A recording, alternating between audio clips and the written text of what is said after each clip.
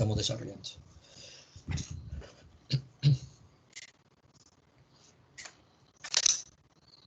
Tenemos unos compromisos por definir, de acuerdo pues al calendario académico que estamos manejando. Tenemos los primeros parciales desde fecha de marzo 8 hasta el 19 de marzo. Son los primeros parciales.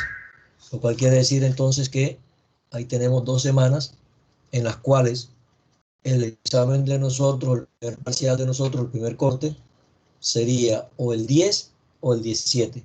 Perdón, martes 9 o 16, algunos de los 2 días. Yo les había comentado que íbamos a desarrollar un ensayo, a realizar un ensayo de estos términos que están acá, de los términos que tenemos acá para efectos de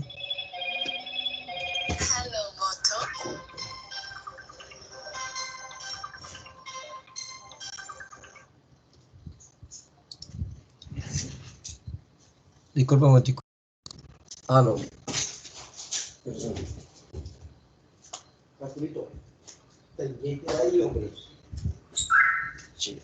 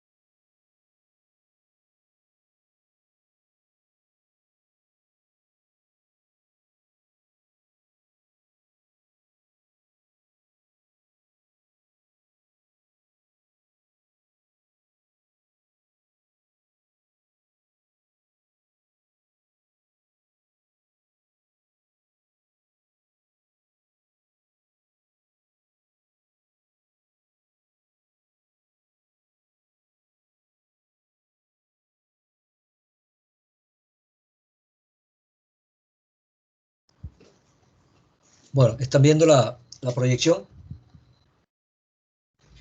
¿Sí? Sí, profe. Listo.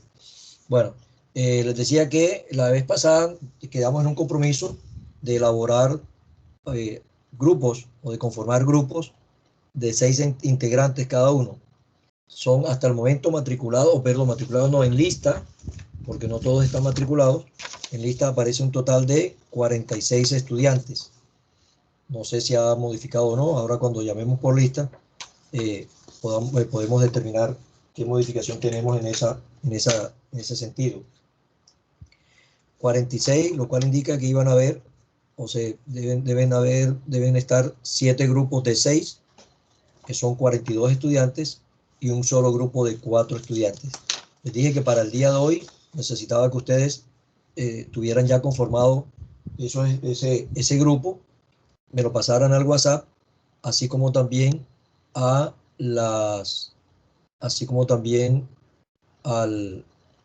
correo electrónico oficial de la universidad. De no hacerlo de esta manera, hasta hoy a las 9 de la noche que termina la clase, yo el día de mañana procederé a elaborar los grupos, de acuerdo de los que queden por ahí sin grupo, yo me encargaré de elaborarlos, de conformarlos y enviárselos a ustedes, a cada uno de ustedes. Necesito primero que me conformen los grupos para yo asignar los temas que vamos a desarrollar. Ese ensayo, ese primer ensayo, lo tendrían que entregar el 9 de marzo, es decir, de hoy en 15 días. De hoy en 15 días tendrían que entregar ese primer ensayo. Así no corresponde a ese día al examen, que si el parcial del primer corte corresponde al 16, no importa. Y si corresponde al 16, pues de todas maneras, o si corresponde al 9, pues igual ese día se harían las dos situaciones, la del corte, el examen del primer corte y la entrega del trabajo. Para entregarlo el día 9 a las 7 de la noche, no cuando termine la clase, a las 7 de la noche en punto. Y me lo van a enviar a mi correo electrónico de la oficial de la Libre. Si por cualquier razón no entregan el trabajo a tiempo, por cada media hora de retraso en la entrega de ese trabajo, le descuento 0.5 de la nota que vayan a sacar.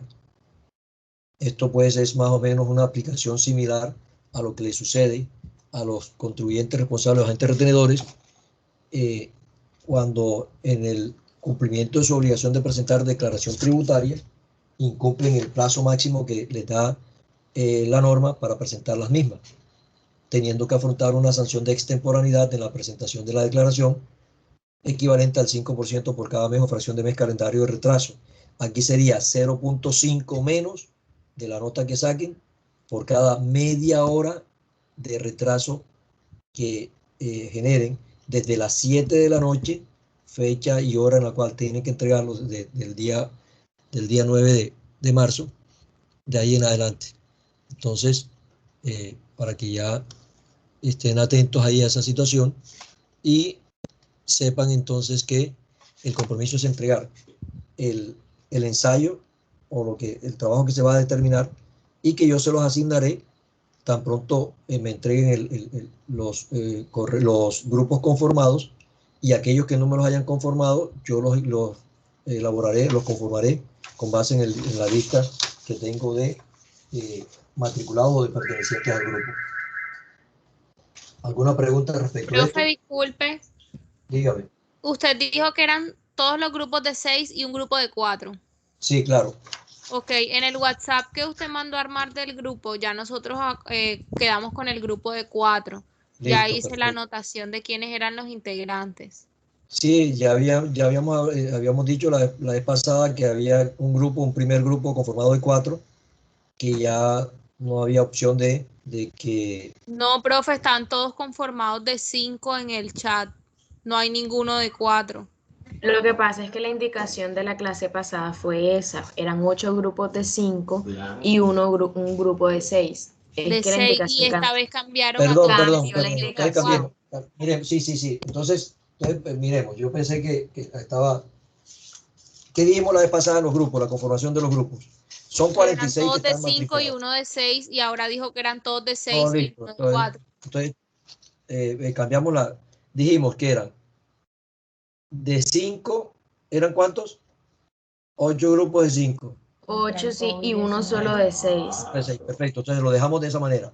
8 grupos de 5 y uno de 6. Dan por todo 46 estudiantes, que son los que hasta el momento están relacionados en el listado de asistencia que tenemos acá impreso. Entonces, recapitulamos, volvemos a determinar, son 8 grupos de 5 para 40 integrantes y un solo grupo de 6. De esa manera quedan mejor porque se van a trabajar de mejor manera. ¿Listo? Entonces ya nos habían pasado unos grupos que ya estaban integrándose y quería entonces corroborar para efectos de el resto de. Ahora, a mitad en el break, voy a tomarme el trabajo de mencionar los grupos que se han conformado para mirar quiénes están, quiénes cumplen con esta condición de los integrantes, de los 5 integrantes, quiénes no, para que en un momento dado traten de equiparar y al final de la clase puedan entregarme la conformación de los grupos como tal. ¿Listo? Les agradezco que así como lo están mandando al WhatsApp, lo envíen a el correo electrónico de la universidad, para que nos quede ahí la trazabilidad, porque el WhatsApp como tal no es un medio de comunicación oficial, ¿sí? Lo es el Team, lo es también el correo electrónico. El WhatsApp no, el WhatsApp es una forma de comunicación rápida, que facilita mucho la comunicación entre nosotros, pero que no es propiamente oficial. ¿Listo? Bueno, vamos a proyectar acá en el Team lo siguiente. Ingresando por los equipos, ingresan al equipo del impuesto sobre las ventas, ingresan por el link de archivos. Aquí ya tenemos unos documentos ya subidos. Por archivos tenemos material de clase. A su vez, en este material de clases tenemos otra carpeta. Ahora cuando cargue, pues, que se llama Material de Clases Unilibre 2021. Y en ella vamos a encontrar los siguientes documentos: formularios de declaraciones tributarias, el calendario académico y un decreto que va a servir para cuando hablemos de la retención de la fuente por renta de los autorretenedores. En los formularios de declaraciones tributarias, con el fin de que se les facilite la consulta de ellos, van a encontrar un formulario 110, que es el de renta para personas jurídicas, año grabable 2019. Un formulario 210, renta personas naturales, año grabable 2019. Un formulario 300, IVA, que corresponde al año grabable 2020. Un formulario 310, Impuesto Nacional al Consumo, que corresponde también al año grabable 2020. Un formulario de retención en la fuente, formulario 350, que corresponde a el año grabable 2020. Un formulario 350, retención en la fuente del año grabable 2021. Y un formulario de renta a personas jurídicas 110, año grabable 2020. Año grabable 2020. Un recibo oficial de pago en banco 490, que corresponde a este año 2021, y un recibo oficial de pago en banco que corresponde al año grabable 2020. ¿Por qué hacemos esta claridad? Hasta el momento solo tenemos correspondiente a año grabable 2020 renta, persona jurídica, porque es el que está determinado por la DIAN, porque el vencimiento de estas declaraciones arranca ahora a partir de marzo o abril, por ser las personas jurídicas cuyo vencimiento está próximo a generarse. Entonces ya está prescrito, está determinado el formulario y pues ya está montado en la página web de la DIAN para que los que tengan la obligación de presentar las declaraciones tributarias de renta a personas jurídicas lo puedan hacer desde ya. Por eso tenemos, ahora, ¿por qué tenemos el del año 2019 también? Porque lo vamos a comparar. Bueno, de pronto aquí en este módulo de impuestos sobre las ventas no vamos a hacer la comparación puntual de esos dos formatos, porque pues, lógicamente no es materia de estudio el impuesto sobre la renta, sino sobre las ventas. Pero de todas maneras ahí queda, para efecto de que puedan ustedes consultarlo, teniendo algún tipo de inquietud respecto de renta. La declaración de renta del formulario 210 de personas naturales no ha sido determinada por la DIAN, no ha sido creado y no ha sido montado la página web de la DIAN, razón por la cual vamos a trabajar con el del año grabable 2019. No creo que diste mucho o se diferencie mucho el 2020, del 2020, el del 2020, del 2019, porque no ha habido mucho cambio ahí en ese sentido. Sin embargo, como los vencimientos de esa declaración son allá en agosto, septiembre, octubre, para personas naturales, entonces, por eso todavía la DIAN no lo ha determinado. En el impuesto sobre las ventas, enero, febrero, que es el primer periodo gravable para aquellos que tienen que declarar bimestralmente, el vencimiento es en marzo. Entonces, lo más seguro es que dentro de poco ya vamos a tener la posibilidad de contar con el formulario 300 para el año gravable 2021. Por el momento, vamos a manejar el del año gravable 2020, que fue con el que se tuvo que haber presentado ahora en enero del 2021, la declaración del último periodo gravable bimestral, noviembre, diciembre, o cuatrimestral, septiembre, octubre, noviembre y diciembre del año 2020. De retención de la fuente ya tenemos los dos. Bueno, de impuesto nacional al consumo solamente, al igual que en IVA, que también se maneja la periodicidad bimestral, todavía no ha salido el del año 2021. Por eso contamos con el del año 2020, para que cualquier cosa que necesitemos vamos consultando ese y después esperaríamos a que ya se emita el del 2021. Del formulario de retención de la fuente tenemos el del año 2020 y el del año 2021. Con el del año 2020 se tuvo que haber presentado el formulario el periodo del mes de diciembre del año 2020, que debió ser presentado en enero del año 2021.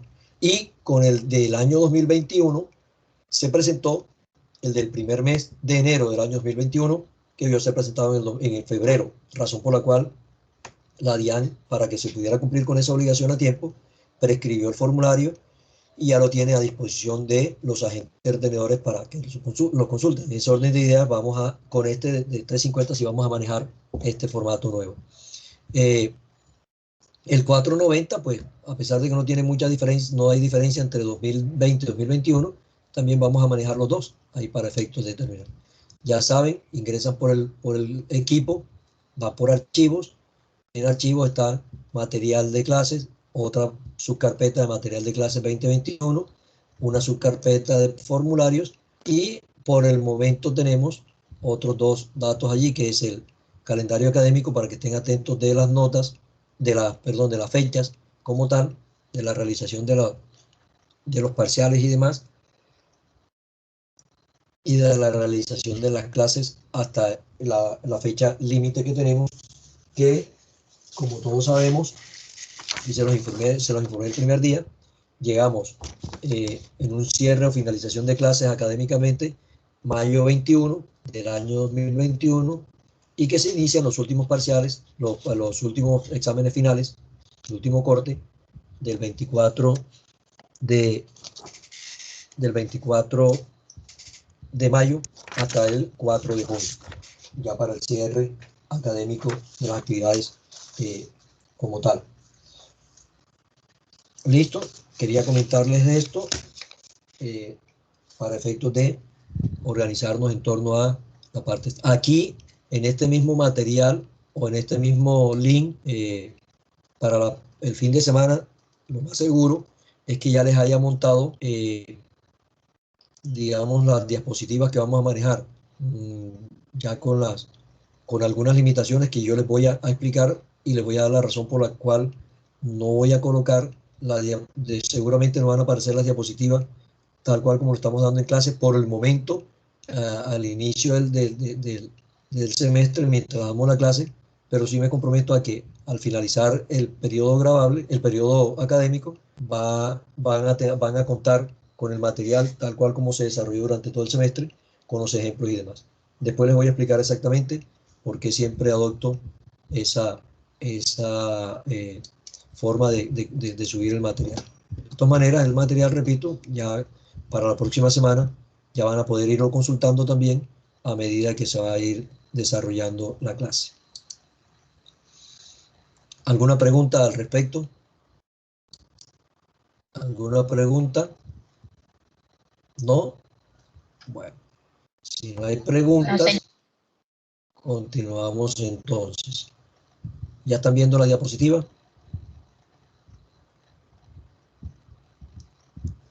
¿Sí ven la diapositiva? Sí, sí se ve, profe. Sí. Entonces vamos a iniciar la clase.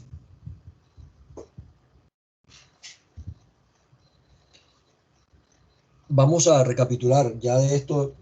Creo que tuvimos la oportunidad de hablar la clase pasada algunos de los temas de esto. Impuesto al valor agregado es el título del impuesto que vamos a manejar. De igual manera vamos a hablar también de manera paralela del impuesto nacional al consumo, o una vez terminado el impuesto al valor agregado, tocaremos algunos aspectos del impuesto nacional al consumo, que es un impuesto que yo lo he dado en denominar como primo hermano del impuesto al valor agregado IVA. Posteriormente vamos a explicar por qué ese nombre, por qué se le denomina impuesto al valor agregado. ¿Listo? ¿Qué traduce en IVA?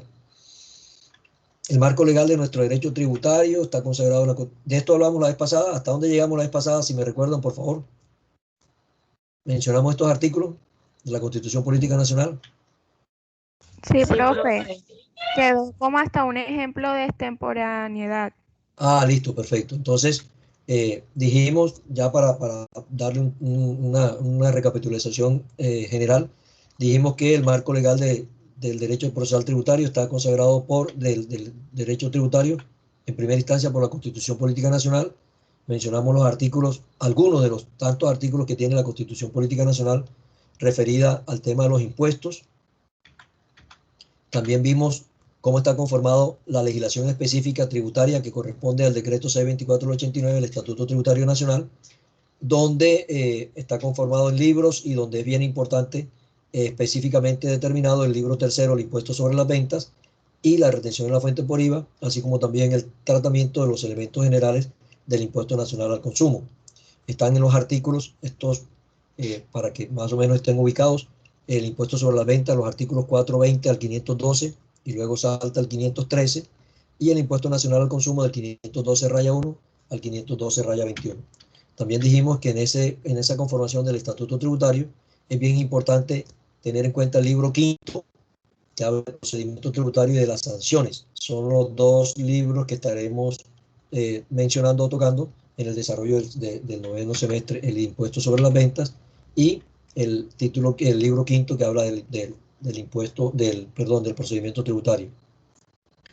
Puntualizamos el contenido del libro tercero, está determinado en los artículos 420 al 512 y al 513, lo que tiene que ver con el impuesto sobre las ventas, donde vamos a encontrar ahí el estudio de los elementos de ese impuesto, el hecho generador, la causación, los responsables, la base gravable, la tarifa del impuesto, los bienes exentos, la determinación del impuesto a cargo del responsable del IVA, aun cuando la norma sigue hablando de régimen común y régimen simplificado, deben entenderse que estos dos términos se derogaron expresamente, porque ya ahora no se habla de régimen común y régimen simplificado, sino que se habla solamente de responsable del impuesto y de no responsable del impuesto, de acuerdo a la redacción que tiene el artículo 437 del Estatuto Tributario. Tenemos un primer tema procedimental en ese libro tercero respecto al impuesto sobre las ventas, donde mencionan algunos artículos ahí. Y tenemos el tratamiento del impuesto nacional al consumo, los artículos 512-1 a 512-21 del Estatuto Tributario.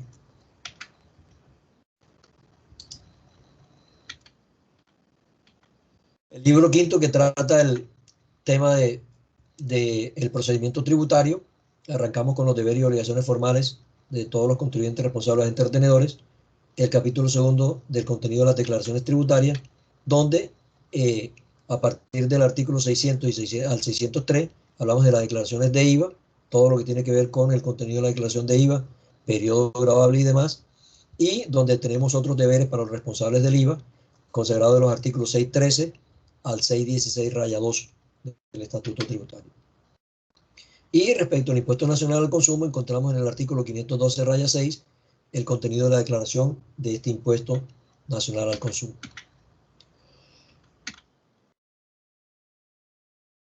Hablamos de la VT, unidad de valor tributario, como su propio nombre lo indica, es un valor único, una unidad de valor única que se estableció para reemplazar las unidades de valor que estaban determinadas allí en pesos y en salarios mínimos legales mensuales vigentes. Se estableció que esta unidad de valor tributario tiene que estar determinada, creada por una resolución que emite anualmente el director general de la DIAN y que debe emitirla antes del 1 de enero del año gravable en el cual se va a aplicar, que van a tener en cuenta el valor de la VT de los años gravables 2020 y 2021, que son 35.607 y 36.300. Como un ejemplo de aplicación de ese tema, de la sanción de la VT, miramos el tema del artículo 639 del Estatuto Tributario, el cual nos habla de las sanciones mínimas, donde nos dice que cualquier tipo de sanción, ya sea que deba liquidarla la administración o el mismo contribuyente o responsable, en este caso por ser el impuesto sobre la venta, no podrá ser inferior a 10 VT. La norma dice que cuando se trate de convertir el valor de la VT en pesos, se deberá ajustar al múltiplo de 1000 más cercano.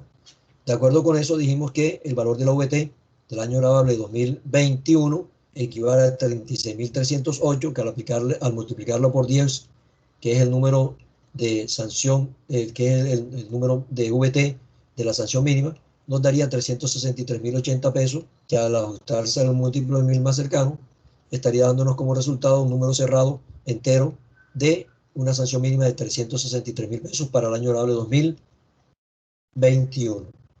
Que el cálculo de esta sanción mínima no aplica cuando se trate de pagar intereses moratorios o sanción por inscripción extemporánea en el RUT o sanción por no actualizar el RUT. En este caso, si los valores que dan al momento de liquidarse estas sanciones, porque todas son sanciones, incluyendo los intereses moratorios, si no da un valor inferior, no da un valor de la mínima, pues sencillamente se dejará el valor que corresponda sin tener que llevarla a la sanción mínima. Colocamos un ejemplo de sanción, de aplicación de la sanción de temporaneidad con base en el artículo 641 del Estatuto Tributario, el cual nos dice que el contribuyente deberá liquidar una sanción por extemporaneidad cuando incumpla el deber formal de presentar su declaración o cuando al presentarla lo haga.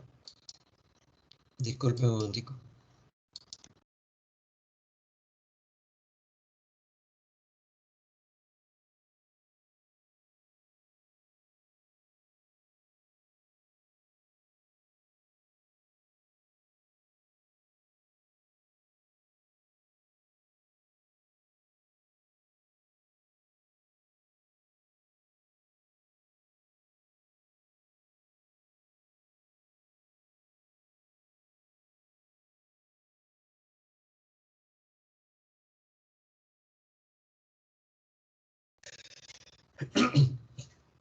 Consagra varias situaciones.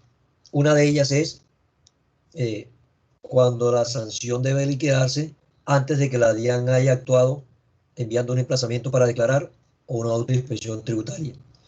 Y en ese caso se debe tener en cuenta si la declaración resulta impuesto a cargo o si en la declaración no tiene impuesto a cargo. Se determina en varias. Miremos el aspecto que dice el artículo 641 del Estatuto Tributario en su primera instancia. Dice que la sanción va a equivaler a el monto del 5% del total del impuesto a cargo o retención objeto de la declaración tributaria por cada mes o fracción de mes calendario de retraso.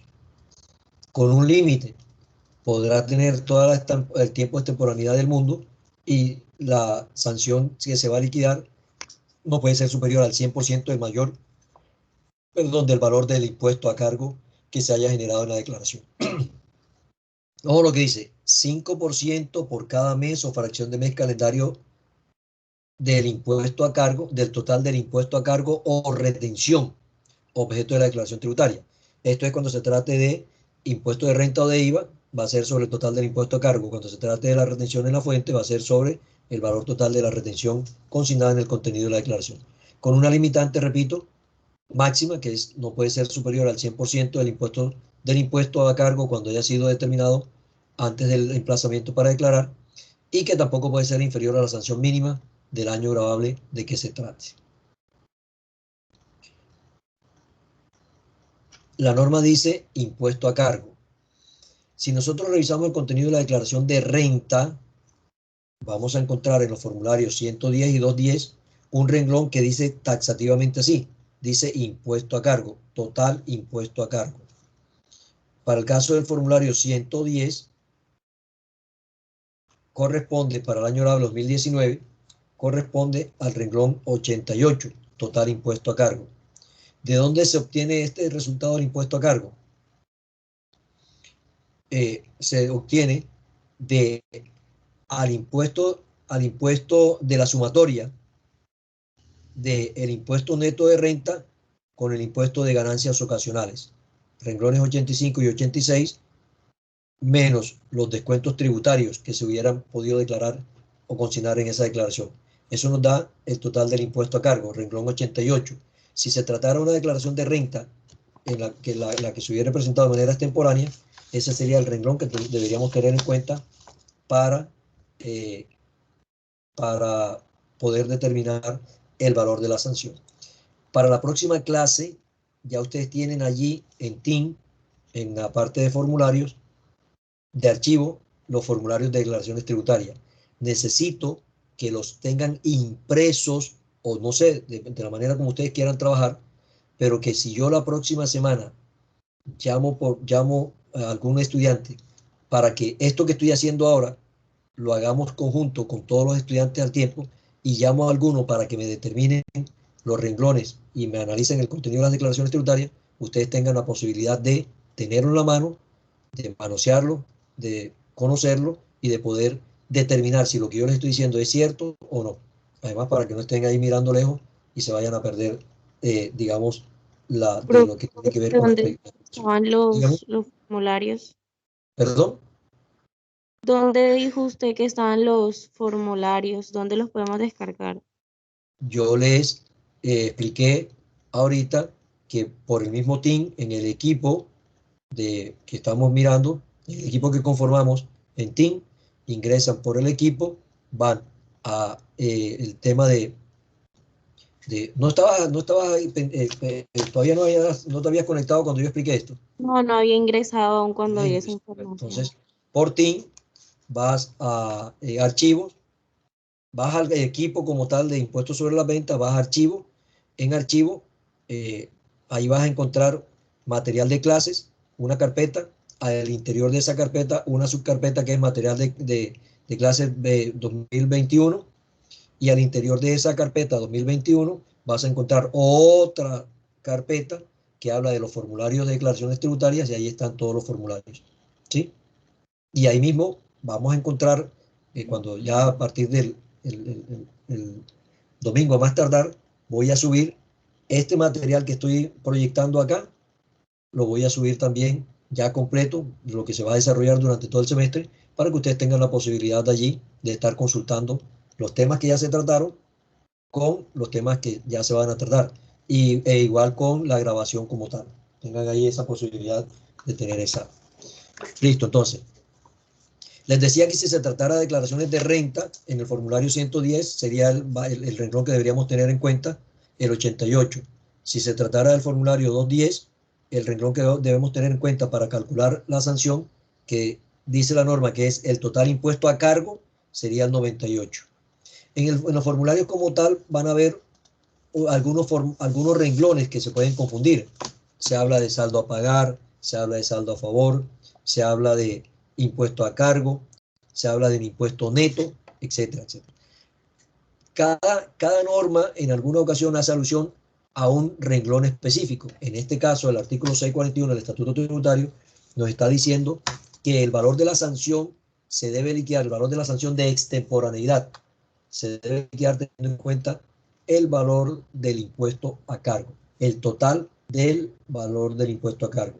Así está determinado en las declaraciones de renta. Hay un renglón que dice específicamente total impuesto a cargo.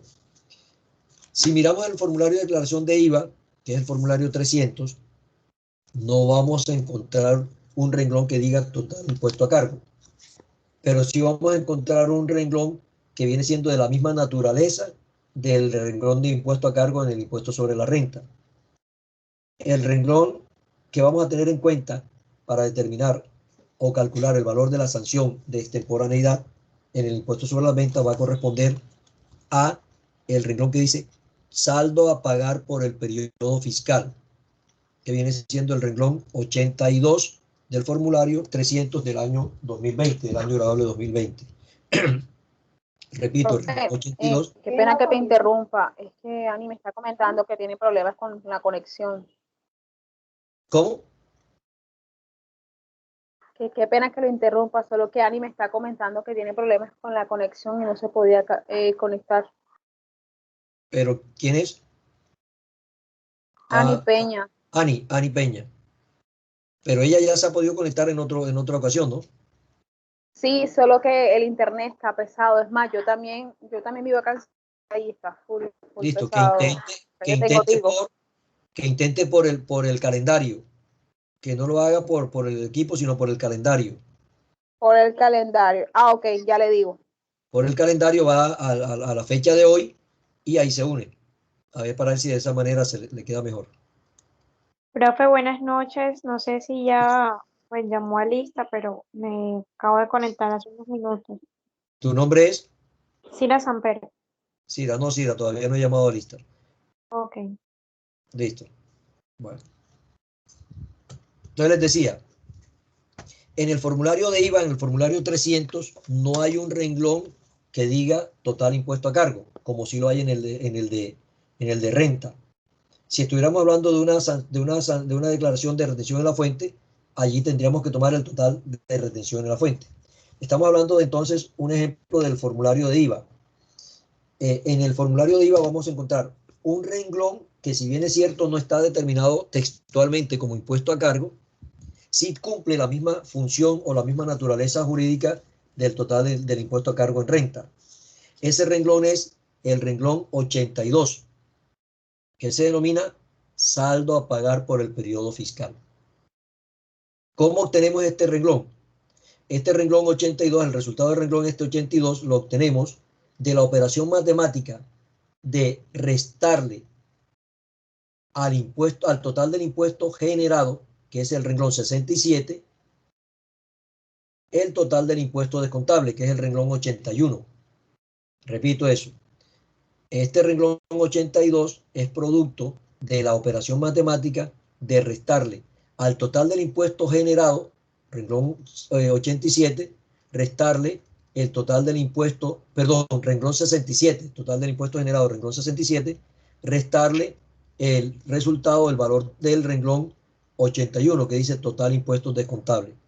Esa operación matemática de restarle los impuestos descontables al impuesto generado me puede dar o un saldo a pagar o un saldo a favor. Si me da un saldo a pagar, entonces ese sería el que va en el renglón 82, saldo a pagar por el periodo fiscal. Quiere decir que por ese periodo fiscal, ese sería el valor del impuesto que él tendría que pagar en su momento. Ese sería el valor del impuesto a cargo hasta ese momento. Si es lo contrario, si los impuestos descontables son mayores a los impuestos generados, ahí me va a dar un saldo a favor del contribuyente. En el renglón 82 iría a 0, en el renglón 83 iría el valor del total del saldo a favor del periodo fiscal. Se toma como impuesto a cargo solo el 82, es decir, cuando nos ha dado un resultado en el total del saldo a pagar, en el saldo a pagar por el periodo fiscal. No nos interesa cuál sea el valor del resultado final de la declaración. No nos interesa si al final la declaración está dando un saldo a favor o está dando un saldo a pagar. No nos interesa, para liquidar la sanción de extemporaneidad, lo que nos interesa es el resultado de ese renglón.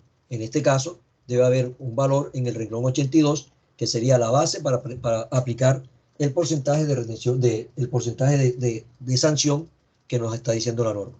Vamos a colocar un ejemplo. Tenemos el caso de un responsable del impuesto sobre las ventas, cuyo NIT es 890-571-239-0. De acuerdo con el decreto de plazos, todos los años la Dirección de Impuestos Ciudadanos Nacionales, el gobierno, emite un decreto que se denomina decreto de tributación y plazos, donde va a colocar la fecha límite en la cual deben ser presentadas las declaraciones tributarias de los impuestos nacionales y de la retención en la fuente.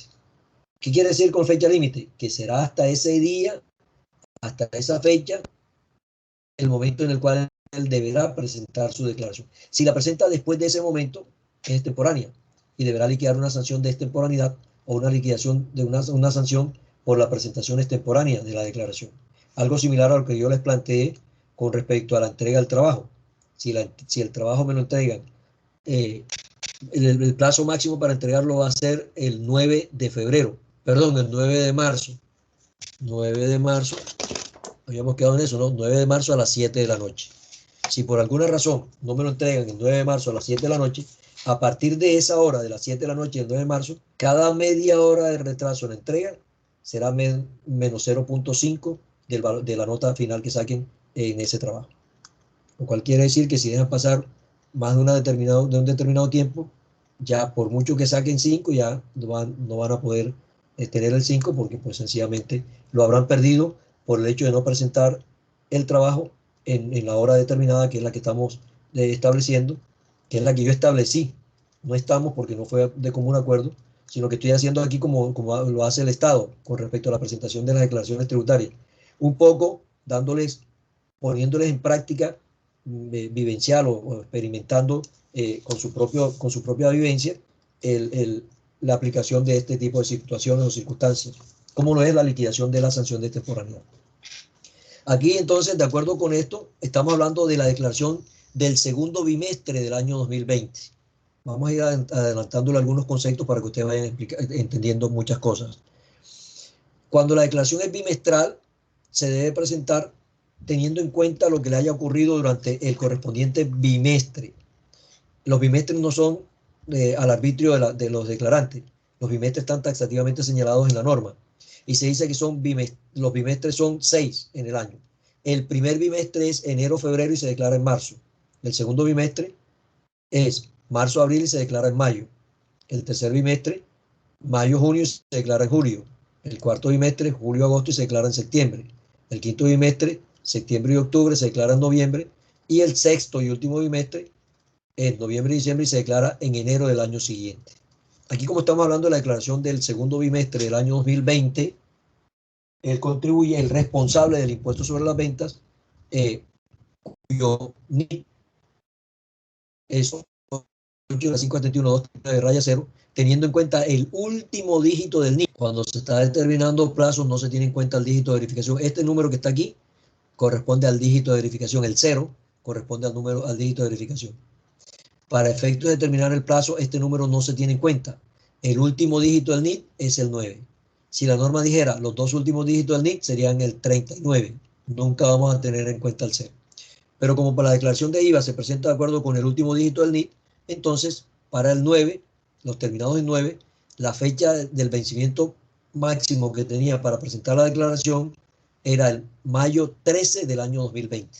Segundo bimestre, repito, equivale a ¿qué? Enero, febrero el primero, marzo, abril el segundo. Ese segundo bimestre, marzo, abril, tenía que presentarlo mayo 13 del año 2020. El responsable del impuesto presentó la declaración el 15 de julio del año 2020. En el contenido de la declaración tenía total impuesto generado, es decir, renglón 67. Los que tengan posibilidad de tener el formulario en la mano van siguiendo. Los que no, pues pueden consultarlo por ti. Lo que pasa es que entonces tendrían que cerrar la proyección que estamos mirando acá. No sé si lo pueden hacer de esa manera. Por eso la recomendación es, ya que yo me tomé el trabajo de colocarlos allá en el link de los formularios, de los archivos, entonces tómense ustedes el trabajo de imprimirlo para que puedan hacer el seguimiento de las dos cosas. Tengan el formulario en la mano y puedan seguir la explicación de la diapositiva que se esté proyectando. Entonces les decía, en ese formulario, al momento de presentar la declaración de manera extemporánea, julio 15, tenía en los renglones 67, total impuesto a cargo, que es la sumatoria total de esos impuestos de ese impuesto generado, 10 millones de pesos. Y en el renglón 81, total impuestos descontables, 8 millones de pesos. Les voy adelantando algunos conceptos. ¿A qué corresponde el impuesto generado? Es el impuesto que el contribuyente, que el responsable del impuesto sobre la renta cobra al momento de hacer las ventas de los bienes grabados o la prestación de servicios grabados. Ese es el impuesto generado, el que él recauda, el que él cobra al momento de hacer las ventas. Va a corresponder al impuesto sobre las ventas que él paga al momento de comprar los bienes que va a vender, o al momento de comprar, o de comprar bienes grabados para poder prestar el servicio que va a vender. ¿Alguien tiene el micrófono abierto? Por favor, lo cierra.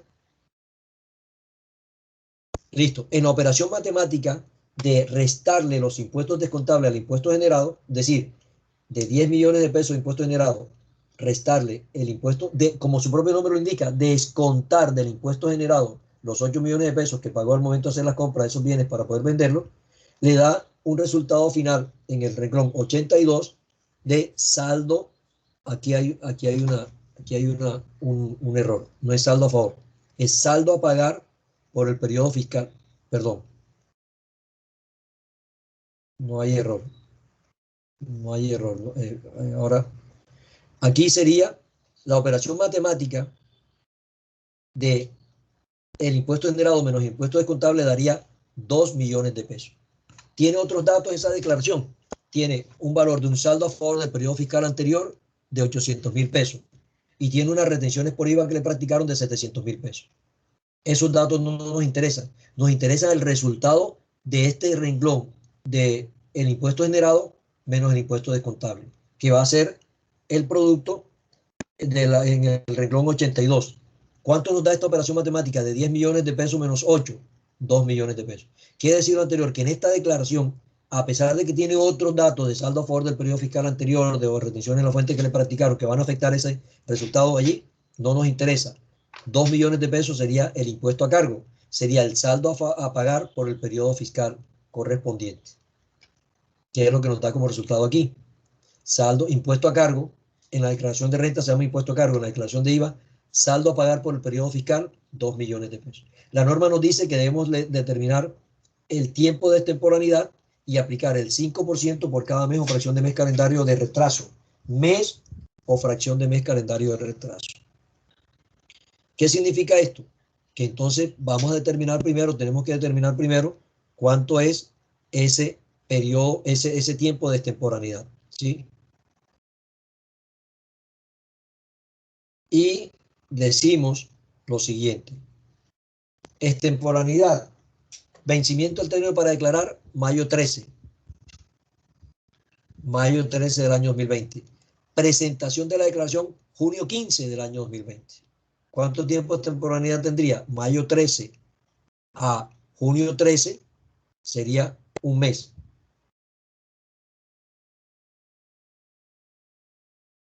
Aquí no es junio 15, aquí es julio 15. Aquí sí hay un error. Es julio 15. Corregimos de una vez. Disculpan.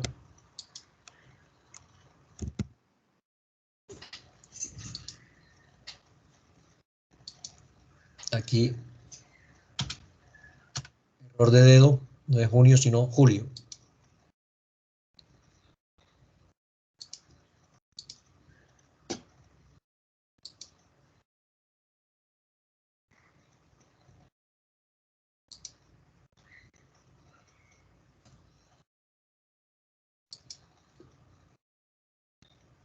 ¿Están viendo la diapositiva?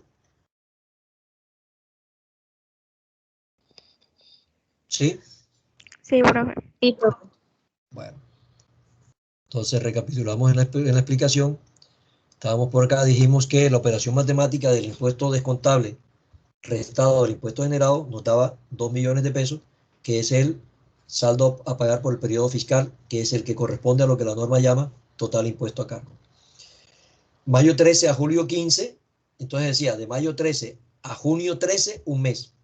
De junio 13 a julio 13, 2 meses. Y de julio 13 a julio 15, 2 días. ¿Cuánto tiempo de temporalidad tiene? 2 meses y 2 días. La norma dice mes o fracción. Voy a liquidar el 5% por cada mes o fracción. Aquí tengo 2 meses con una fracción de mes de 2 días. Quiere decir lo anterior, que aquí asumo y tomo estos 2 días como un mes completo. Y entendería que tiene de extemporaneidad 3 meses. 3 meses de extemporaneidad. Repito, mes o fracción de mes calendario indica que por un solo día que haya pasado, en este caso 2, 3, pueden ser cualquier número de días, un solo día que pase después del vencimiento del término para declarar, se toma como mes completo. Y sobre él debe aplicarse el 5%. Aquí entonces tenemos 3 meses de temporalidad. ¿Qué nos dice la norma? La norma nos dice que debemos liquidar la temporalidad. ¿Cómo hubiese sido la declaración normal si lo hubiera presentado a tiempo? Si lo hubiera presentado a tiempo, él tendría este resultado en la declaración.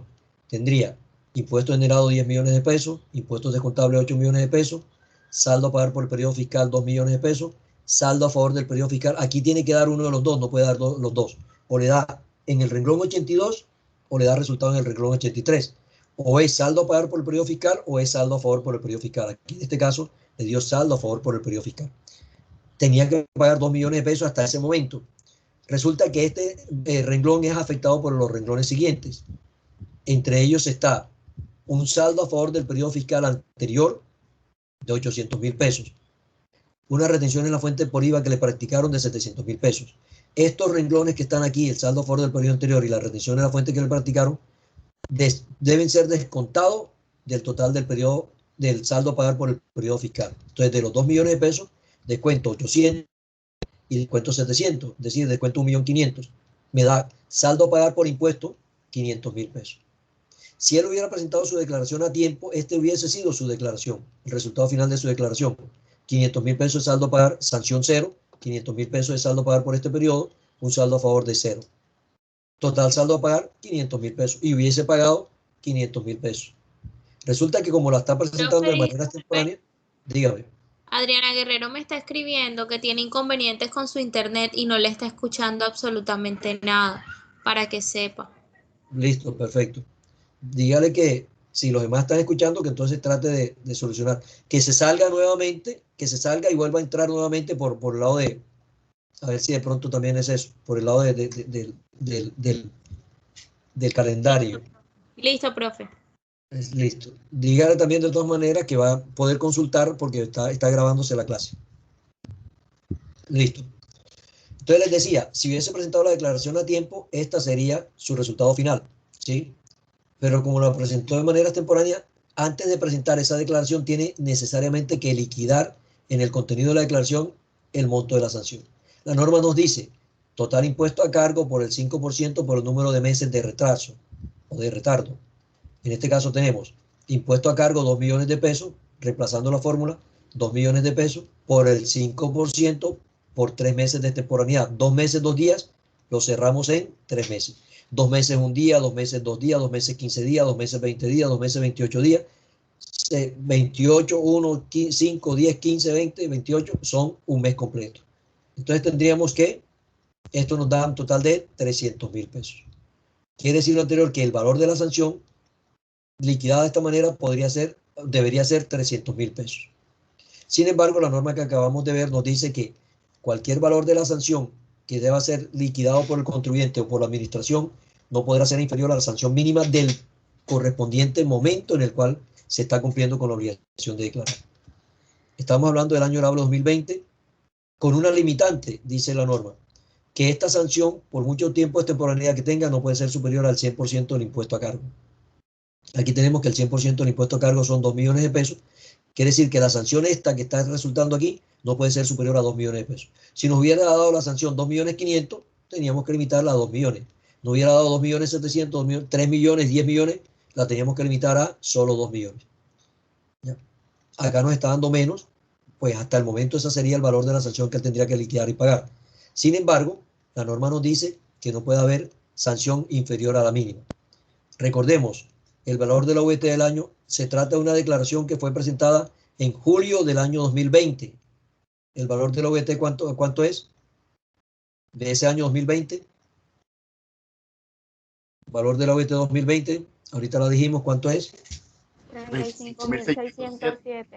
35.607. Quiere decir lo anterior que al multiplicarlo por 10 nos da como sanción mínima por el año 2020 356.000 pesos. Entonces, fíjense ustedes, liquidó la sanción, no va a pagar los 2 millones de pesos, pero no puede pagar menos de la sanción mínima. Y la mínima dice que son 10 VT. Convierto el valor de la VT en pesos y esto me da 356.000 pesos. ¿Qué quiere decir lo anterior? Que al momento de presentar su declaración, él tendría que hacer lo siguiente.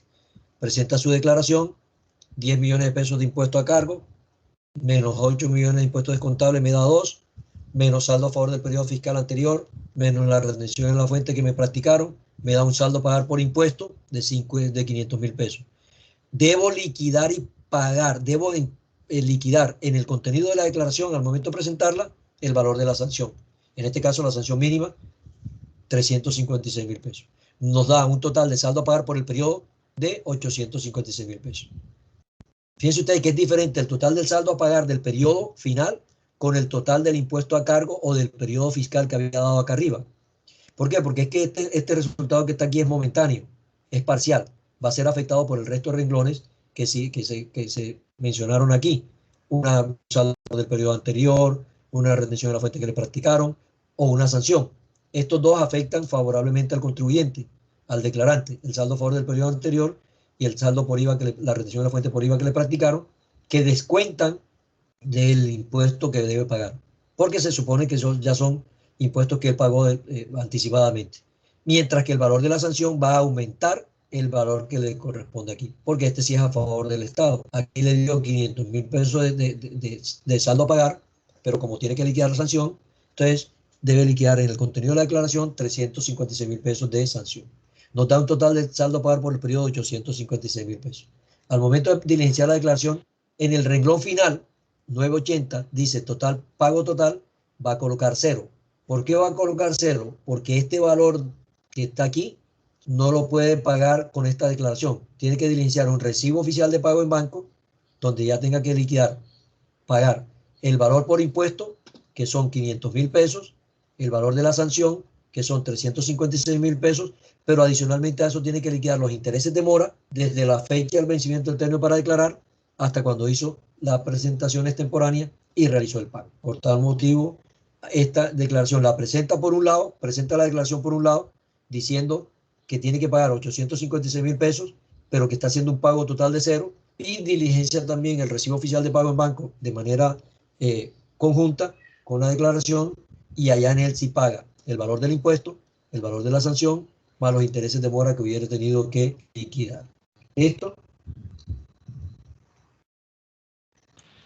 Profe, yo le hago una pregunta. Ajá.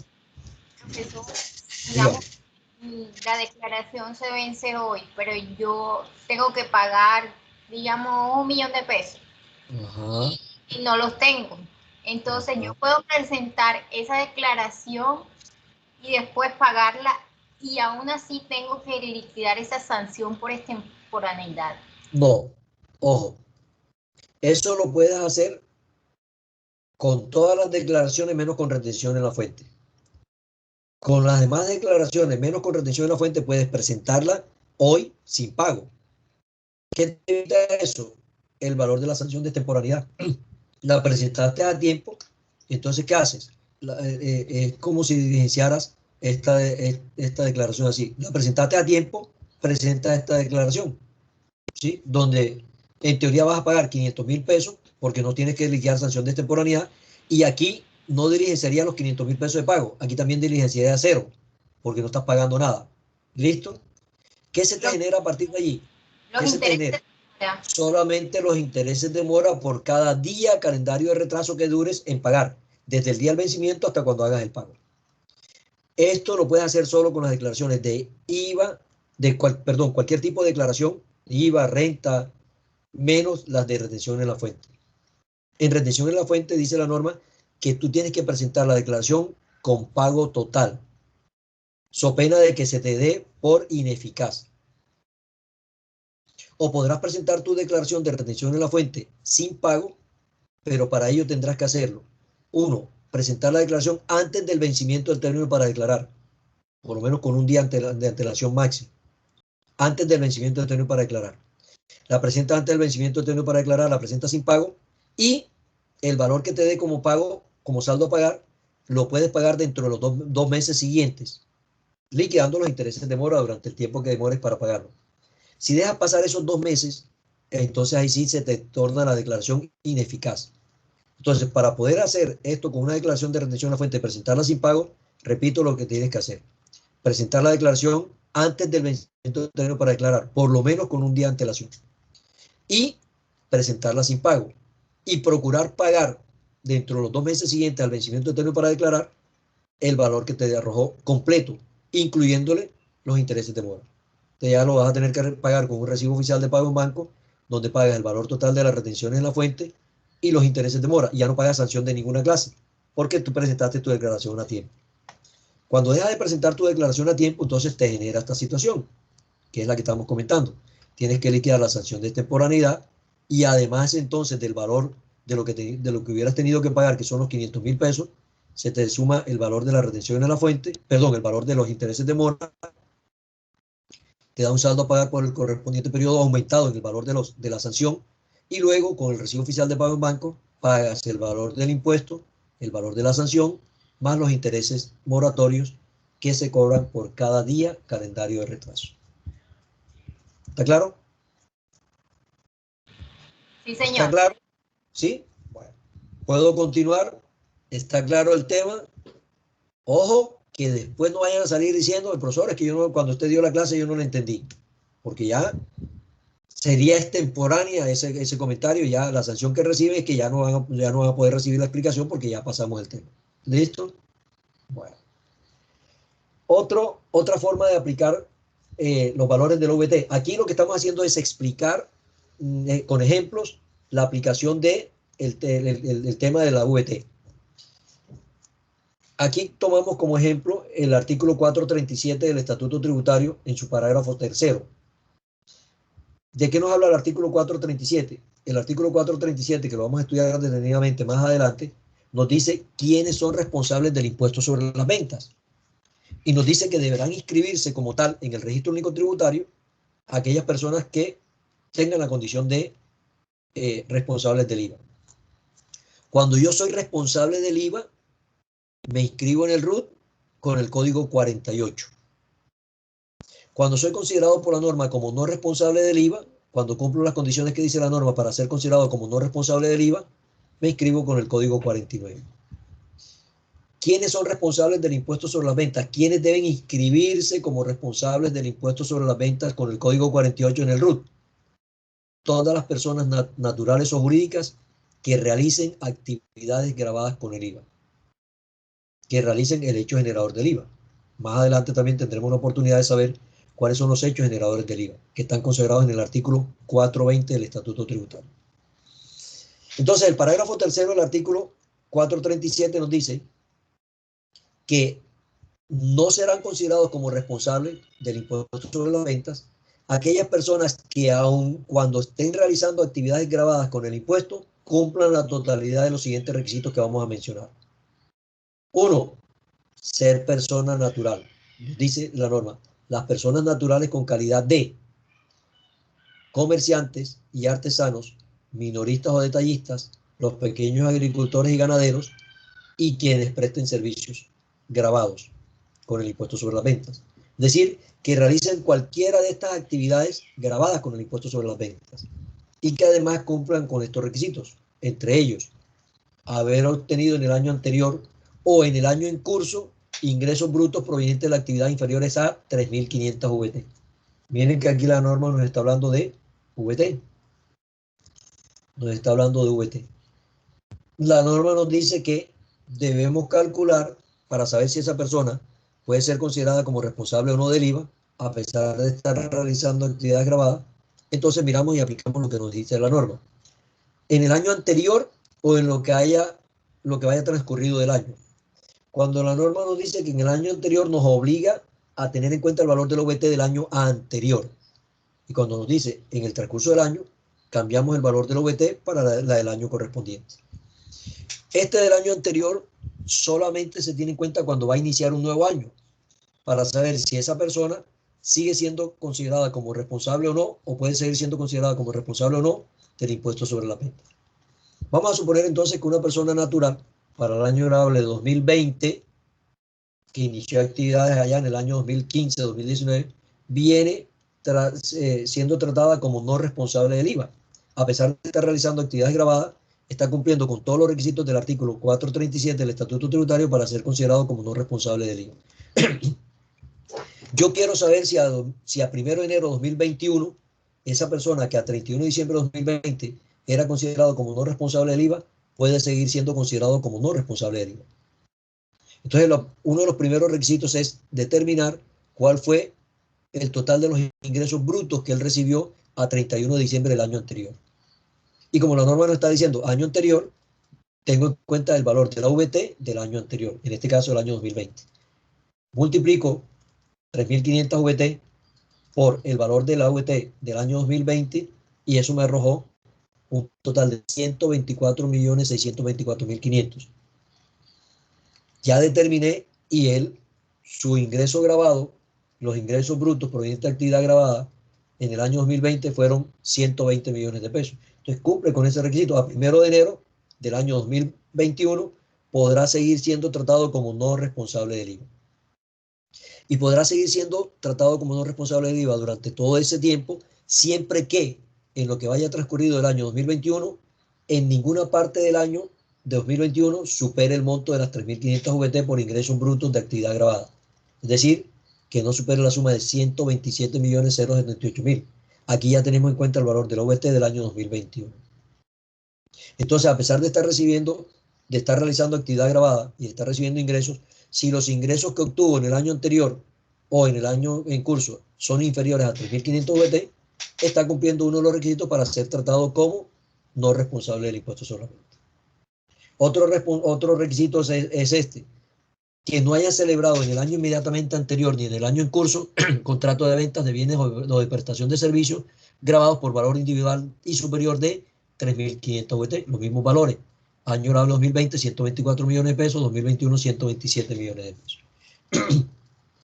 Que el monto de sus consignaciones bancarias, depósitos o inversiones financieras durante el año anterior o durante el respectivo año no superen la suma de 3.500 VT. Entonces aquí lo que estamos haciendo es, repito, este ejemplo va a ser, este artículo va a ser explicado detenidamente en su momento cuando hablemos de quiénes son responsables y quiénes no son responsables del impuesto sobre las rentas. Aquí es solamente para que tuviéramos en cuenta cómo aplica o cómo se aplica el valor de la VT o cómo se transforma el valor de la VT en valores en pesos, ¿sí? Entonces, al momento de hacer la conversión, lo tenemos que hacer teniendo en cuenta cuando la norma habla respecto al año anterior, la VT del año 2020, en este caso, que es el año anterior, y cuando habla del mismo año, se determina que es el valor de la VT del año correspondiente, en este caso 2021. ¿Listo? ¿Alguna pregunta respecto de la aplicación de la VT? En el Estatuto Tributario vamos a encontrar muchos artículos que hablan de la aplicación de la VT. En octavo tuvimos la oportunidad de mirar la obligación de presentar declaración de renta, donde también en los artículos 591 y siguientes del Estatuto Tributario nos hablan de unos montos en VT de ingresos y de patrimonio y de consignaciones bancarias que deben cumplir las personas para no estar obligadas a presentar la declaración de renta. En este caso, vamos a encontrar aquí en este libro tercero del impuesto del Estatuto Tributario respecto al impuesto sobre las ventas, muchos valores expresados en VT que en un momento dado entran a determinarse allí como tal. Origen de la obligación tributaria sustancial. Esto equivale al artículo primero del Estatuto Tributario. Vamos a tomar la lista y vamos a pedirle a alguien que nos lea el artículo primero del Estatuto Tributario.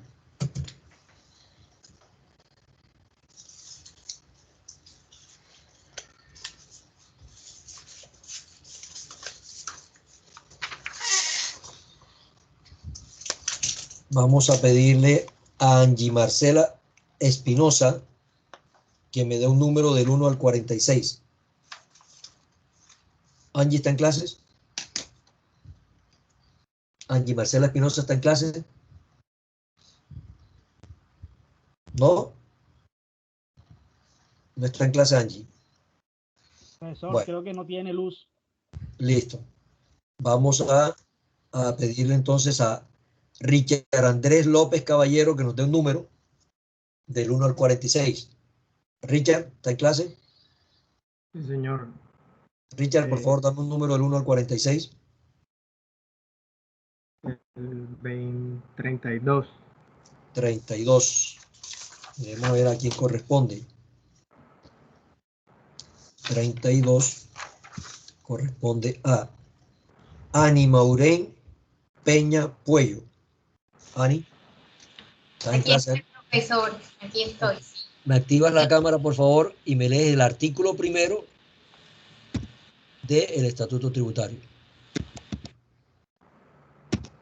Listo, me parece un momento. Miércoles.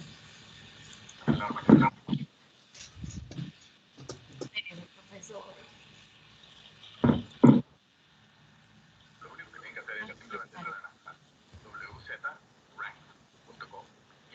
Ani, por favor. Ya, profesor.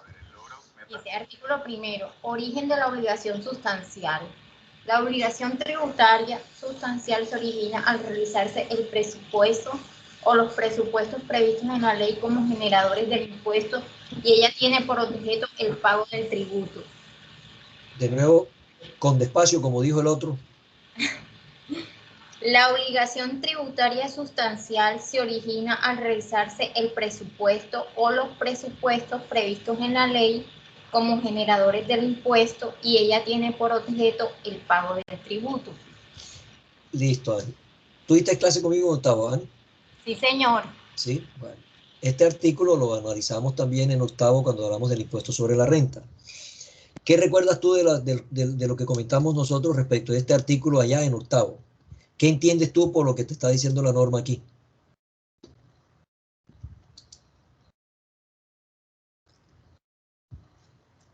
¿Qué entiendes, Ani? Profesor, bueno, que la obligación se origina en el momento en el que se realizan, la obligación se origina en el momento en que se generan o se realizan, digamos, los hechos económicos. Los hechos económicos, sí, los hechos que consagra la norma, ¿no? Ajá, sí. Así es. Listo. Cuando la norma habla de presupuesto o presupuestos, ¿a qué hace alusión? ¿A qué hace alusión cuando la norma dice? Se origina al realizarse los presupuestos o el presupuesto o los presupuestos consagrados en la norma. ¿A qué hace alusión allí? Por eso le digo, o sea, para mí, o lo que yo entendí en ese momento era a las actividades económicas o a los hechos económicos que se realizan. Perfecto. Hechos económicos que se realizan. Listo, Ani, gracias. Entonces, el artículo primero del Estatuto Tributario nos dice que la obligación tributaria sustancial, este sustancial lo cambiamos por principal, es sinónimo. Un sinónimo de sustancial es principal, la sustancia, lo importante, lo principal de algo. Entonces nos dice la norma que la obligación tributaria se va a originar, es decir, va a nacer, va a surgir cuando se realice el presupuesto o los presupuestos que consagra la norma como generadoras de la obligación tributaria. Este término de presupuesto o de los presupuestos aquí no significa nada relacionado con dinero. No es comparar ingresos versus egresos, como no es el presupuesto común de la nación o el presupuesto de cualquier persona. Aquí cuando la norma habla de presupuesto o presupuestos, tal cual como lo dijo Ani, se refiere es a un hecho, a una conducta, a una actividad. Este hecho, esta conducta, esta actividad está consagrada en la norma, es la ley la que está diciendo cuál es la conducta que va a generar esa obligación tributaria. Debe estar previamente determinada en una ley. Debe determinarse allí el hecho generador de la obligación tributaria. Recuerdan que también dijimos que los impuestos son creados por una ley en tiempo de paz y que en esa ley que en Colombia el Estado, por muy Estado que sea, no podrá cobrar ningún tipo de impuesto sin que haya una ley que previamente haya determinado los elementos de ese impuesto. Y dentro de los elementos del impuesto está precisamente el hecho generador. La conducta, la actividad como tal. Entonces, la realización de esa actividad va a generar la obligación tributaria de quien la realiza. ¿Sí? La realización de ese hecho, la puesta en marcha de ese hecho, la materialización de esa conducta, va a generar la obligación tributaria a quien la realiza. Esa conducta, repito, previamente debe estar establecida en la ley. ¿Y cuál es el objeto principal que tiene la obligación tributaria? Y de acuerdo con el hecho generador, va a ser teniendo en cuenta el tipo de impuesto de que se trate. Si estamos frente a un impuesto directo, como renta, el objeto o fin principal de la realización de esa obligación tributaria va a consistir en obligar a esa persona a realizar el pago directo del impuesto. En los impuestos directos, cuando yo realizo esa conducta, me convierto en contribuyente. Yo debo pagar el impuesto directamente. Mientras que si estoy en un impuesto indirecto como IVA o como Impuesto Nacional al Consumo, el que yo realice ese hecho generador no me convierte en contribuyente, me convierte en responsable.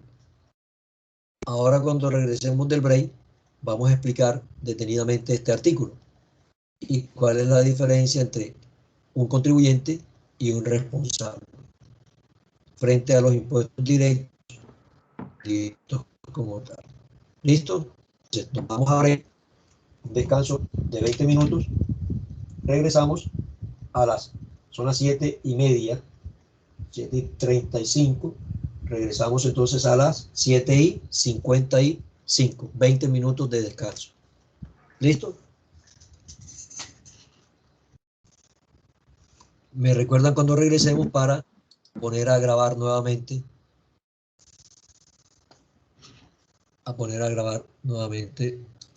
Porque ahora voy a suspender la grabación para que no quede allí.